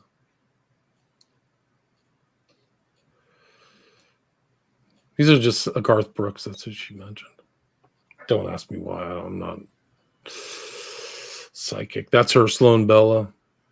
She took it down. I think maybe I got to follow up and see what else she wrote. But doesn't Garth Brooks live in Nashville? Probably, yeah. It makes sense. One of the bars that Riley was at was Garth Brooks' bar. Garth Brooks' bar, yeah. Maybe that's what. It wasn't. It was Luke Bryan's bar. He was at four places. Oh, I see. That's right. Somebody had hit me up about this lady almost kind of saying the same shit. I wonder if it was the same person. Because I remember somebody trying to tell me like through DMs about this lady. And they mentioned something about P. Diddy. And I was like, I'm too busy right now. Like, I don't even know if I responded. No, I'll be totally honest. I was just like, I'm working on smiley face killers and my own shit. I can't get into this. Sure. Just like Smile, it's at the Luke Bryan thing. Like, Yeah. what are you smiling about? It's a theme at the Luke Bryan bar. You can see the reflection on the bottom there. It says Luke's. You know what's interesting that this lady does mention P. Diddy with that situation. Wow, this is weird and random. I have a friend who's in real estate, and he was selling something in Rockaway Beach. Can't remember what street it was on, and he wanted to get drone footage. So he had me. I went and filmed it. Technically, it probably wasn't legal, but I flew it. Got some kind of like 5 minutes of some decent footage, and gave it to him. And he was trying to sell it, and he did tell me. He said he was showing me like text message between like him and I guess the owner of the building, and the owner of the building was saying that P. Diddy was interested in actually looking at this building to buy. So my friend was like, "Yo, your drone footage might actually be seen by P. Diddy."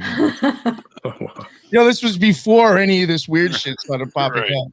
So, a drowning victim and P. Diddy trying to buy like to me it was like an empty building.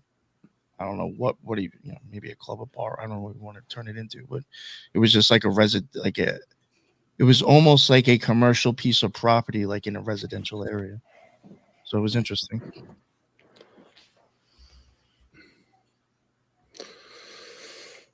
It's just more lake floaters. This is something pertaining to Austin. I got to run, guys. I do. You can continue to go through these slides if you're interested. Oh, no, I'll take them down. I'll let you just real quick, plug yourself and we'll end it here. Yeah, you can just my book on the smiley face killers came out last year, and you can check out all my other research into this whole subject at William Ramsey Investigates podcast. But thanks for having me. Of course. Thank you very much. Great talking with you, William. Yeah, likewise. Take care. Later. Is there anything that any of you wanted to add to like what we were talking about there? I mean, we don't have to necessarily get off now, but you guys are done. One thing that I was going to add, and I was going to tell Ramsey about this, it's kind of not related, but a little bit related. Back in December of 2022, they had found a body in a vehicle, and they claimed that he had been shot. But yet, here recently, autopsy reports, I guess, was released or came out and saying that the body had significant damage to it. So I wonder, this always sparks my interest, because I wonder if at some point the people that are involved with disposing of the bodies, if they have fallouts with each other, or somehow somebody says something to a girlfriend or what have you, and they find out and they have to get rid of a body, or they have to get rid of a person that's in the syndicate, so to speak. And this is how they do it, because this is how they do it. Exactly, And so it kind of was one of those that it seemed like, maybe this was something, but I don't know. Just it was odd because it made news here recently because some of the information on him was released finally. Interesting. So yeah, that was all I was going to say about that. Well, I think to the point you made in our last conversation, I believe last week there, Lisa, with the medical examiner's offices, I think that's a very important thing to continue to absolutely kind of push on and make emphasize that like these things are going on in jurisdictions where these medical examiners offices are some for right, wrong, or indifferent, or being permitted to get away with these kind of activities. And I really wonder what it's going to play like out in Nashville with the way Riley Strange's family's approaching the circumstances there, because once again, it's another one of these kind of very questionable medical examiner offices and doing very engaging in very dubious activities, and the way they go about declaring these deaths. And obviously I think that not only is that pertinent for the perpetrators of these crimes to have that factor, to be able to accomplish these, to be successfully accomplishing these crimes. I just think it's going to be an important factor to continue to watch as these families push back from the other side of the conversation. So, and I think I'm really surprised how much Riley Strange's families push back, and I'm glad they are. And I'm wondering if this is the case in Nashville with the MEs in Nashville, because at least in Travis County, those MEs have jurisdiction or do autopsies for about 46 surrounding counties. And so that's a huge net that you're kind of casting in terms of being recruited to ask for assistance. And I mean, obviously, if you go to school together, your colleagues and all that other stuff. But I mean, if that's the case also in Nashville, if other things are happening, they are privy to that. I think their ear is definitely to the ground of what's going on. And then they kind of occupy a very high ranking, what's it called, opinion in the law enforcement, right? Because they're the ultimate, what have you. And like we showed in some of the episode 2, most of them have a predilection for getting paid for private autopsies. Yeah. Of money under the table. So there's evidence of being bought, paid, and sold for. Yeah, that can create a lot of problems. Mm-hmm. So who knows? Yep. Anything you want to add, JJ? No, it's a great conversation. Yeah, appreciate the conversation. Yeah, appreciate the invite. Great, great talking with you both, and great talking with William. Glad he could join the conversation here. He was my internet connection was cutting out here, I believe, at the beginning. So I'm glad it worked itself out here eventually. But yeah, I mean, it's a good conversation. I think he provides a continuing focus. I think to speak to some of William's work, he provides a good focus on a wider scope of things than I pay attention to necessarily. Like, I'm always learning more about all these cases in the UK that are obviously a growing problem over there as well, and a growing trend. But yeah, he's always got some good summary of events of what's with these additional cases that are transpiring, and again, not just here locally to the Americas, but also in some very far out places into Europe and whatnot as well. Because that one in Serbia, that's some new stuff for me. Like, I'm not familiar with a lot of this activity over in those parts. Right. Proceeding, some more, maybe like the last year or two. But yeah, it seems to be more of a growing trend over there as well. So yeah, it's always interesting to see. Yeah. You have to ask. I mean, it has to be something outside of the national border. The same MO is being practiced in other countries. Yeah. But anyway. Well, it also goes to speak also, once you start bringing in those factors and considering those factors, it also kind of begs the question. And then the next kind of logical question is the people, the cover-upper folks here that are kind of dictating things behind the scene, causing law enforcement agencies not to investigate things or send out dogs, like the dogs never went out to find Riley Strain. Is the political pressure and force behind the scenes, is that of also more of a global or worldwide type of thing, like a UN almost kind of level of political pressure? Because obviously, if these things are going on in the UK, they're going on in other areas of Europe, et cetera, and here in America, it's not in America. Like, no one from America is calling over to the United Kingdom. I wouldn't imagine. Like, hey, don't investigate these crimes, right? You know what I mean? Like, so it brings like a higher order of organization into the conversation. And I just think, it's well, that's a scary thought. So that's what I'm getting at. I actually do think, I guess it's more of another scary thought too. I don't think it's all these cases, but I do think there's a good possibility that some of these people, these victims, when they're known to be found publicly, I think the people who are actually like hands-on with that body are a lot more closer to the reason why this is being covered up. Interesting. I do think that like either the coroners or the MEs, or I think at some of these cases it starts from there with the cover-up. I think the body is found the regular way it normally would be. It may seem weird to the police, and they're just like, fuck, I don't know what to say, and they're probably just happy we found the body, really. Yeah. Just so they could tell the public we did our job. And how much is they don't want to admit incompetence? Because if they don't know, of course, they can't say we have no idea. That's another situation. I think this comes into play, is that at some point, unless they want to admit we have no idea, which will scare people even more, they will just brush it off themselves. We can't fumble on this one. Yeah, cops aren't ones that, like, they're not known to be like objective and be like, oh, I don't know, like, and like just describe to people like, I don't know what's going on here. They always have an answer of what's going on, even if they don't know what's going on. I do think that is a very big part of what goes on in these cases. Yeah. And then if you have medical professionals that are telling you that it was really nothing, you're like, oh, thank God. All right. Exactly. This goes with what we're telling them already. Yeah. You're not going to go look further into something you don't want to find out, Yeah, right? Like, all right. Oh, Yeah. thank you. You just made my life a lot easier. no. It's 'cause it's easy to attribute a lot of like malfeasance to a lot of these police departments. You're gonna But in the have to end, I get mean, somebody. it's that simple at times. Yeah. You're gonna have to get somebody who even questions the establishment that they're working for. They probably even think outside the box to go against these things sometimes. Yeah. No, yeah, it's a You good know, way to put it. yeah, you're gonna have to be like a cop who even is like, I know this place is fucking corrupt, to even start looking at like things like that, because that's gonna be somebody who actually cares. Somebody else is gonna be like, oh, if that's what I'm being told. Fuck it, fine, all right. Right. It's one Yeah. less Well, case I have to look into. Yeah. Yeah. I think that's the way exactly. you just described it. That's kind of the way I look at Detective Gannon, the original detective in these cases. Like, he was, a seasoned NYPD detective who probably knew better. Like, when he's seeing these dead bodies showing up and he knows they're homicides, he's like, this is never going to get corrected through the department here. I got to take this in my own hands. Yeah, I could see that. Yeah, I definitely think that's a chance, though. I do think that sometimes, like, the people, not even the police department, but I do think like the EMS or the medical side of it could have their hands in. Again, like I had even said, if somehow these 8 Masons are involved, that really does give them a lot of ways of transporting and even having places for a dead body to be that wouldn't be unusual, like a morgue. Mhm.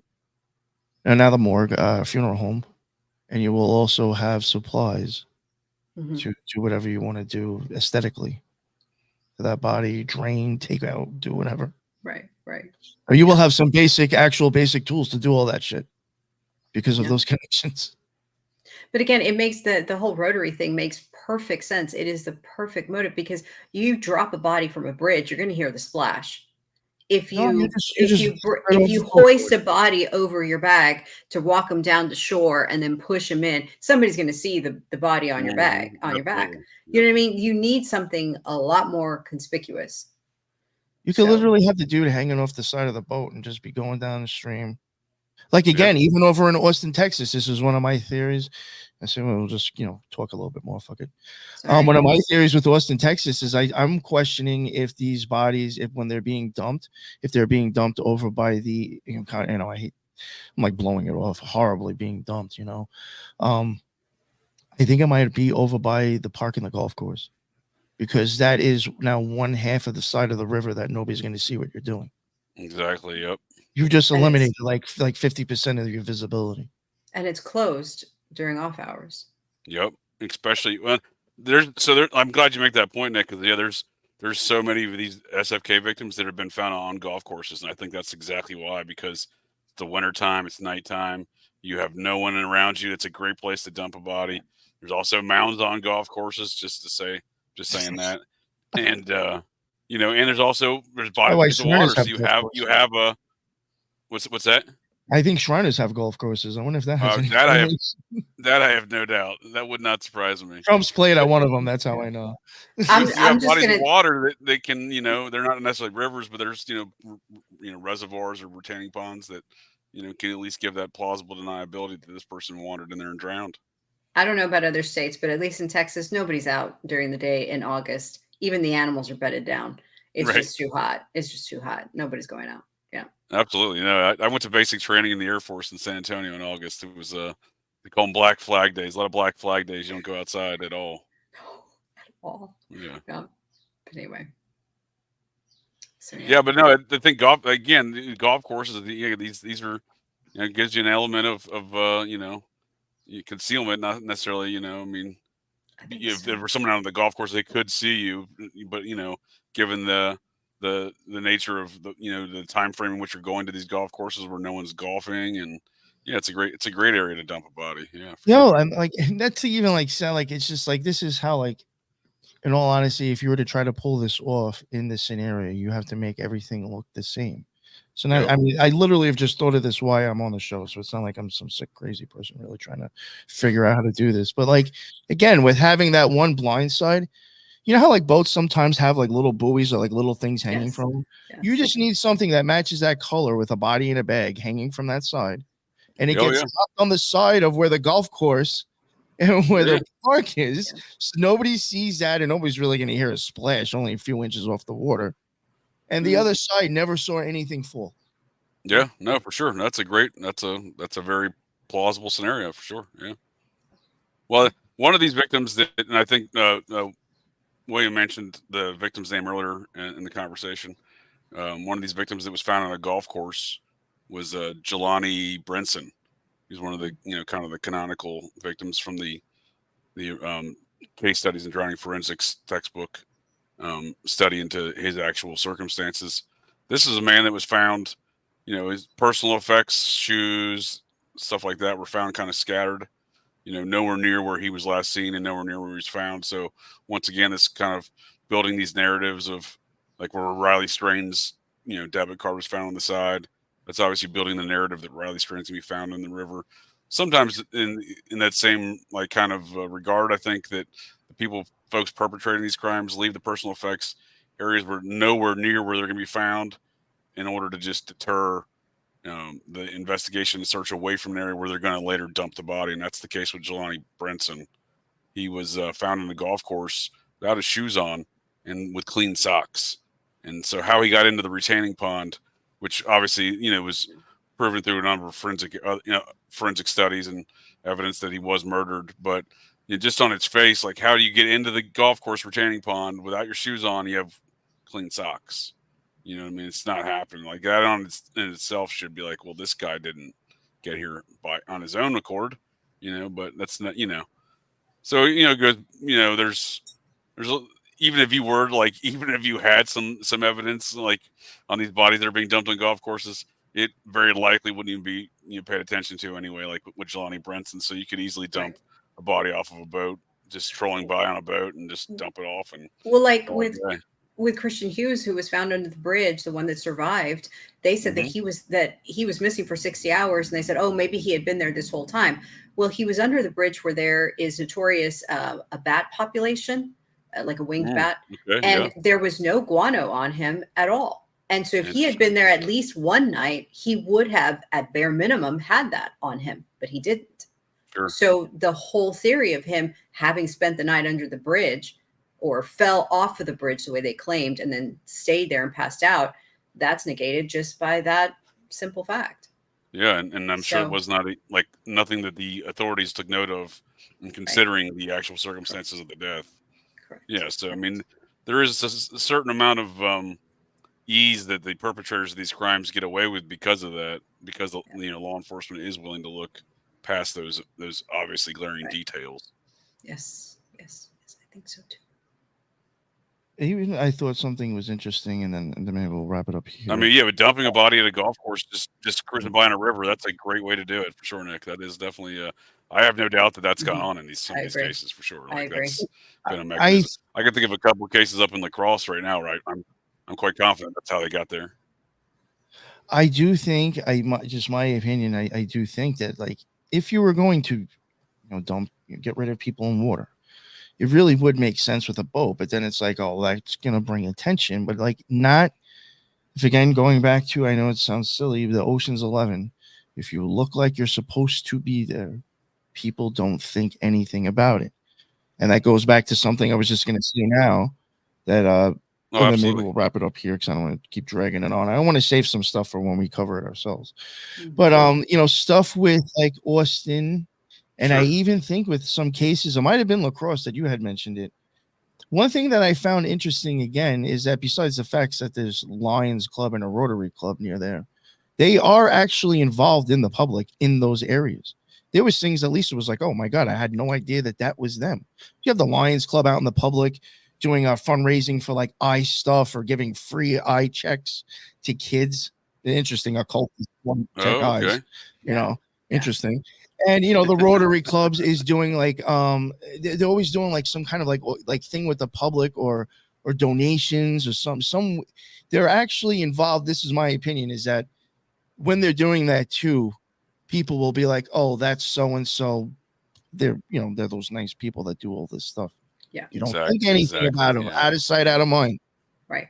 The same thing as if you're driving down the street and some guy had some bullshit van on the side of the road, but actually had enough money to go spend something to bring him up to the top of the wire. You wouldn't think anything of it. Well, I mean, unless you're a conspiracy theorist, you're automatically going to think it's the feds. A normal person is going to be like, oh, that's a cable guy doing something. Not Right. necessarily. Just because you have the equipment to look like you are one, and he's got a fucking, flashing, one of those vests on, so he doesn't get hit in the road. Just because they're wearing that doesn't mean they're legit. But most people would see that and not think anything of it. Put Verizon on the side of the van with a magnet. That's magic, right? Yes, It's basically an act of magic. That's great, JJ. That's awesome, JJ. That's all part of it, in my opinion, is even doing shit like that. Agree. It's a part of playing the fool, being a jester. Yep. You're being silly. You're entertaining the people, and they have no idea what the fuck's really going on. Sleight of hand. Yeah. Totally. Nice. So, all right, we'll end it there. JJ, real quick, let everybody know where they can find your stuff again. JJ Vance, host of Operation GCD. Great conversation, Nick and Lisa. Appreciate the conversation as always, and looking forward to our next SFK episode with BD Salerno joining us. So yeah, thanks again. Yes. Great combo. Yes. And Lisa, why don't you let everybody know, not to put you on the spot, when we're doing the third part, and let everybody know where they can find you as well. Yeah, we are doing part 3 next Friday to kind of talk more about Austin, maybe one more about Ohio, I believe, right? And then Illinois, yeah. Illinois, enough. Yes, close enough. And and you can find me at Twitter, Solis Lisa, or Instagram, Lisa Solis. Yes. And actually, I think I'm going to release this today anyway on audio on all platforms as an extra show. So people listen to it before Friday. Yeah, we'll be going live Friday at 1 or 1:30 around there. I can't remember what we picked, but that and it's going to be a 4-part series. So this part is going to have 1 more of JJ's, 3 more. God willing, its soul goes the way that we're planning it. 3 more for Lisa. And then the last episode will have 1 more. I'm kind of doing this on purpose because between other stuff that Lisa has and even some weird stuff that BD, she thought some things were kind of interesting, and she started doing her thing with some of that, and it's just kind of really weird and fits. And I don't know if JJ's got some stuff up his sleeve that he might want to say about his own cases or even Austin, but it is very, in my opinion, very interesting stuff that we'll be saving for the last episode. That I think that might actually kind of be like giving theories or opinions of what really might actually be going on, or some of the players, at least in Austin, Texas, with these cases, So it should be really, really interesting. So definitely keep an eye out for the 4th one when it does come out. But again, Friday at 1 or 1:30 p.m. part 3, Smiley Face Killers will be going live. And thank you everybody who is in the chat as well. A lot of new people jumping in. That's what's up. I appreciate it. I've been noticing kind of an uptick in subscribers too in the last week or two. So must be doing something right, I guess. Yeah. I've been noticing probably gained almost 100 subs in a week, and that's awesome. Yeah. So thank you for all the new people coming over. I really appreciate all the stuff that you add too. Again, that is why I go live. I'm repeating this for the new people. I do try to at least go live once, if I can, twice a week. And I like going live because a lot of times I do think you will get a lot of interesting stuff in the chat. So if you catch this in audio, but you don't mind checking out the video, I would definitely suggest to go check either Twitter, YouTube, or Rumble, Facebook. I think it might still be up on Facebook. I know I stream out to Facebook. Check those out and check the lives, but I highly suggest the YouTube chat. That is pretty on and popping, and there's a lot of really good, I think, opinions and theories and ideas in there. Not everybody always seems to agree, but you do get no arguments and a lot of different angles on stuff. And I really love that. So, definitely check out the live chat. Thank you all. That's why I do it. And until the next one, everybody be well. Later.